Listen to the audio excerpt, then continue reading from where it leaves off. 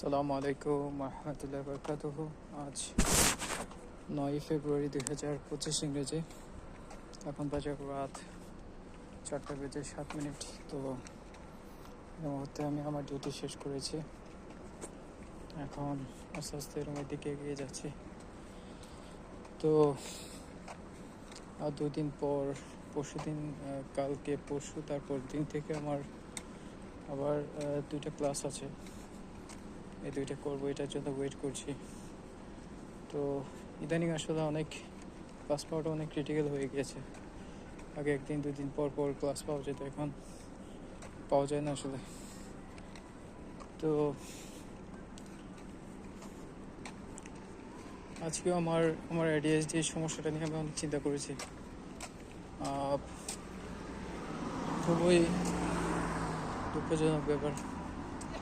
আজকে এমন কিছু ভুল করেছি যেগুলো আসলে জিনিসগুলো আসলে না করলেও পারতাম, কিন্তু কেন জানি ভুলগুলো হয়ে গিয়েছে। আমি এখন আমার সমস্যাগুলো আগের চেয়ে অনেক বেশি বেড়ে গিয়েছে। আমি ইদানিং ADHD সমস্যা নিয়ে একটু বেশি রিসার্চ করছি। যত বেশি রিসার্চ করছি তত বেশি ইমোশনাল হয়ে যাচ্ছি।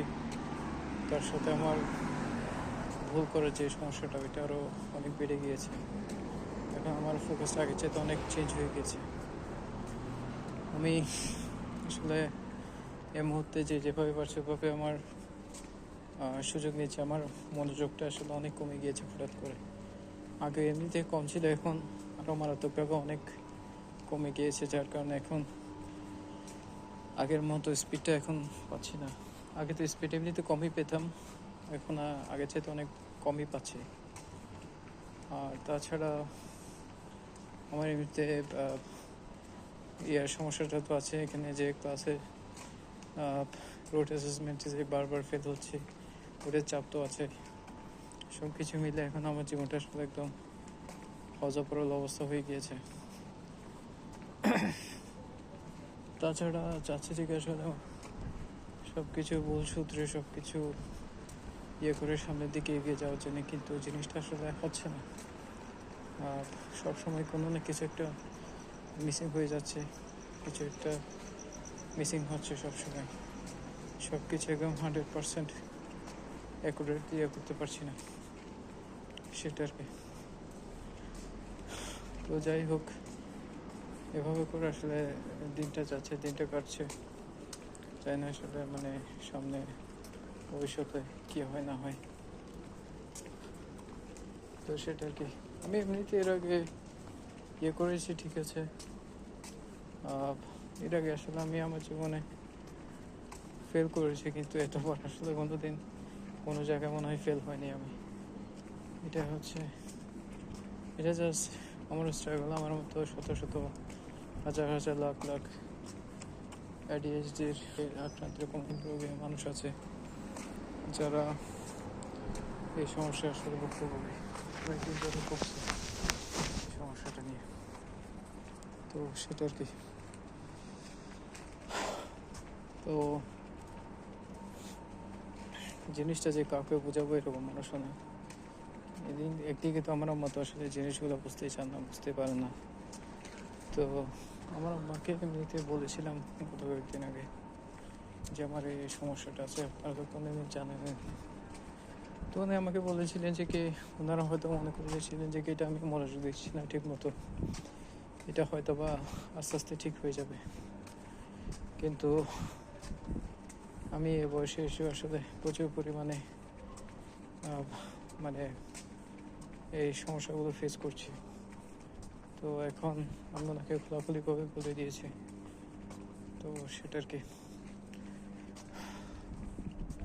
আসলে একটা মানুষের বেসিক যে জিনিসগুলো হওয়া দরকার ADHDর মধ্যে সমস্যা, আসলে এগুলো আসলে কোনো কিছুই নেই।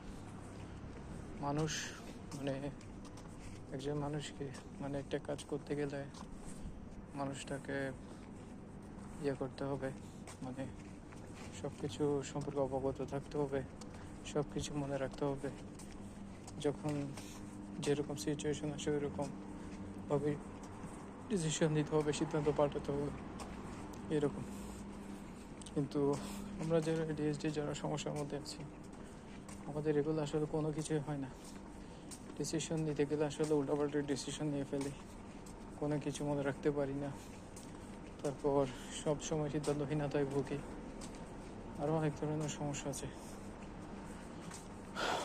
আর আমি মানে যেখানে সেলসের কাজ করি ওইখানে দেখেছি মানুষ আমাকে একটু অ্যাভয়েড করে চলে, কারণ এডিএসডি যাদের সমস্যা আছে ওরা ওদের চাহনিটা হচ্ছে একটু অন্যরকম টাইপেরই হয়। ওরা আসলে মানে ওদেরকে দেখলে বোঝা যায় ওদের কোনো একটা কিছু ঠিক নেই। তো আমার এমনিতে কাস্টমার যারা আছেন ওরা এই জিনিসগুলো মেবি বুঝতে পারেন, তো সেজন্য ওরা আমাকে অ্যাভয়েড করে চলে। সেজন্য আমার সেলসের অবস্থা অনেক খারাপ। এ মাস থেকে আমাকে আসলে ইয়ে করে দিয়েছে,